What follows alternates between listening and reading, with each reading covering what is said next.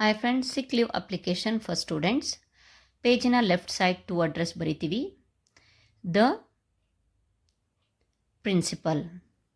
ಪ್ರಿನ್ಸಿಪಲಿಗೆ ಬರೆಯೋದಾದರೆ the principal ಅಂತ ಬರಿತೀವಿ, ಅಥವಾ ಕ್ಲಾಸ್ ಟೀಚರಿಗೆ ಬರೆಯೋದಾದರೆ ದ ಕ್ಲಾಸ್ ಟೀಚರ್ ಅಂತ ಬರಿತೀವಿ. ನೆಕ್ಸ್ಟ್ ಅದ್ರ ಕೆಳಗಡೆ ನೇಮ್ ಆಫ್ ದ ಸ್ಕೂಲ್. ನೀವು ಯಾವ ಸ್ಕೂಲ್ನಲ್ಲಿ ಓದ್ತಾ ಇದ್ದೀರೋ ಆ ಸ್ಕೂಲಿನ ಹೆಸರನ್ನು ಬರಿತೀವಿ. ಅದ್ರ ಕೆಳಗಡೆ ಅಡ್ರೆಸ್, ಆ ಸ್ಕೂಲಿನ ಅಡ್ರೆಸ್ ಇರುತ್ತಲ್ವ, ಆ ಅಡ್ರೆಸ್ಸನ್ನು ನಾವು ಇಲ್ಲಿ ಮೆನ್ಷನ್ ಮಾಡಬೇಕಾಗತ್ತೆ. ಅದ್ರ ಕೆಳಗಡೆ ಡೇಟ್, ಯಾವ ಡೇಟಿಗೆ ನೀವು ನಿಮ್ಮ ಸಿಕ್ ಲೀವ್ ಅಪ್ಲಿಕೇಶನನ್ನು ಬರಿತಾ ಇದ್ದೀರಾ ಆ ಒಂದು ಡೇಟನ್ನು ಇಲ್ಲಿ ಮೆನ್ಷನ್ ಮಾಡಬೇಕು. ನೆಕ್ಸ್ಟ್ ಸಬ್ಜೆಕ್ಟ್ ಲೈನಲ್ಲಿ ನಾವು application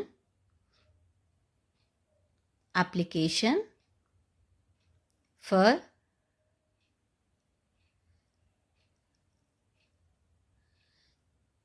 sick leave, application for sick leave ಅಂತ ಹೇಳಿಬಿಟ್ಟು ಬರಿಬೇಕು. ಅದಾದ ಮೇಲೆ ಕೆಳಗಡೆ respected sir or madam. Sir ಆಗಿದ್ರೆ ರೆಸ್ಪೆಕ್ಟೆಡ್ ಸರ್ ಅಂತ ಹೇಳಿ ಅಷ್ಟೇ ಬರೆದ್ರೆ ಸಾಕು. ಮ್ಯಾಡಮ್ ಆಗಿದ್ರೆ, ಮ್ಯಾಮ್ ಆಗಿದ್ರೆ ರೆಸ್ಪೆಕ್ಟೆಡ್ ಮ್ಯಾಮ್ ಆರ್ ಮ್ಯಾಡಮ್. ಅದರ ನೆಕ್ಸ್ಟ್ ಲೈನಲ್ಲಿ I would like to inform you that I am not in a condition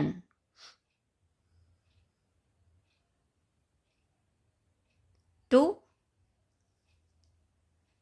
come to the school since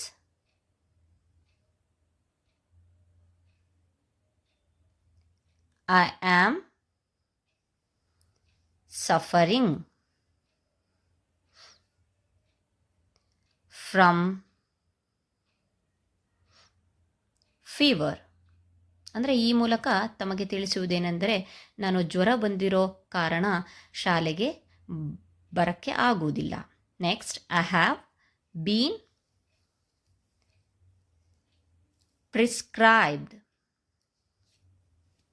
prescribed by our family doctor to take proper rest for at least number of days. ನೀವು ಎಷ್ಟು ದಿನ ನಿಮಗೆ ಸಿಕ್ leave ಬೇಕೋ ಅಷ್ಟು ಡೇಸನ್ನು ಬರೀಬೇಕು. For at least 3 days, 4 days, ಅಥವಾ for at least 1 week, ಆ ರೀತಿಯಾಗಿ ನೀವು ನಂಬರ್ ಆಫ್ ಡೇಸನ್ನು ಬರೀಬೇಕು. ನೆಕ್ಸ್ಟ್ ಹೆನ್ಸ್, ಆದ ಕಾರಣ, kindly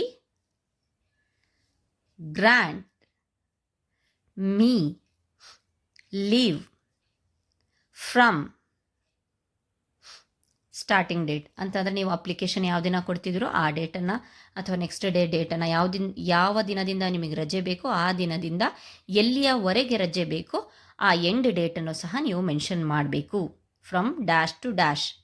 next I shall be really grateful to you. I shall be really grateful to you. ಇದಿಷ್ಟು ಮುಗಿದ ಮೇಲೆ ಅದರ ಕೆಳಗಡೆ ಥ್ಯಾಂಕಿಂಗ್ ಯು, ವಂದನೆಗಳೊಂದಿಗೆ ಅಂತ ಬರಿತೀವಲ್ವ ನಾವು, ಅದೇ ರೀತಿ ಥ್ಯಾಂಕಿಂಗ್ ಯು. ಅದ್ರ ಕೆಳಗಡೆ ಯುವರ್ಸ್ ಒಬಿಡಿಯೆಂಟ್ಲಿ,